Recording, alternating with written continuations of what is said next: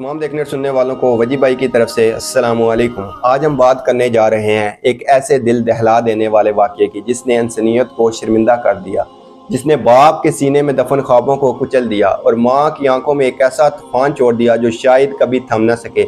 جی ہاں ناظرین، یہ کہانی ہے اقرا کی۔ اقرا ایک خواب، ایک بیٹی، ایک ماں بننے والی عورت جسے اس کے ہی سسرال والوں نے اس بے دردی سے مار ڈالا کہ شاید فرشتے بھی عرش پر کانپ اٹھے۔ جی ہاں ناظرین، 24 سال پہلے ایک معصوم بچی نے شیخو پورہ کے ایک چھوٹے سے گھر میں آنکھ کھولی۔ باپ کا نام اختر، جو محنت مزدوری کرنے والا انسان، جس نے دن رات پسینہ بہایا کہ بیٹی کو پڑھایا، پالا، بڑا کیا۔ اس کو خواب تھا کہ بیٹی کی شادی ہو، ایک خوشحال زندگی گزارے، ایک ماں بنے اور اپنا گھر بسائے۔ اور پھر وہ دن آیا، اقرا کی شادی ہو گئی 7 ماہ پہلے دھوم دھام سے زہیب غفاری نامی شخص کے ساتھ، جو سمر غفاری کا بیٹا ہے۔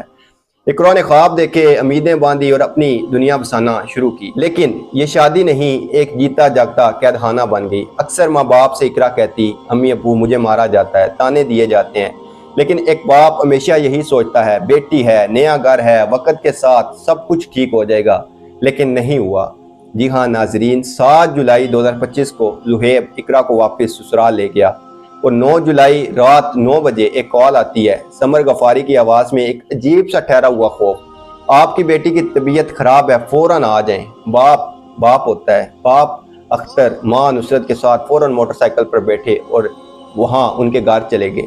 جب انہوں نے ان کے گھر جا کے منظر دیکھا جس سے زہیب، اس کا باپ سمر اور چچا شبیر ڈنڈوں، سوٹوں اور اینٹوں سے مار رہے تھے، باپ چیخا، مائیں نے دہائیاں دی، لیکن ظالموں کے ہاتھ میں رحم نہیں تھا۔ وہ بیٹی جو 6 ماہ کی حاملہ تھی، اس کے جسم سے خون بہہ رہا تھا، ہر وار گویا کسی ماں کی کوکھ پر لگا ہو۔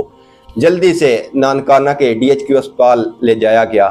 ڈاکٹر نے کہا یہ ہماری بس سے باہر ہے، اس کے سر پر شدید چوٹیں آئی ہیں اور اسے فوراً آپ لاہور لے جائیں۔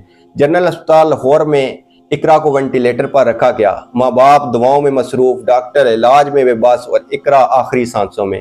اور پھر اقرا مر گئی، ماں باپ کی دعائیں مر گئی۔ ایک بے گناہ روح خون میں لت پت ہمیں ایک سوال دے گی، کیا اقرا کو انصاف ملے گا؟ کیا وہ 3 درندے گرفتار ہوں گے؟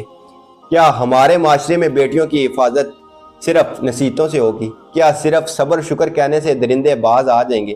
پولیس نے مقدمہ بھی درج کیا ہے، لیکن ناظرین انصاف تب ہوگا جب ہم خاموش نہ رہیں، جب ہر اقرا کے لیے ہم آواز اٹھائیں۔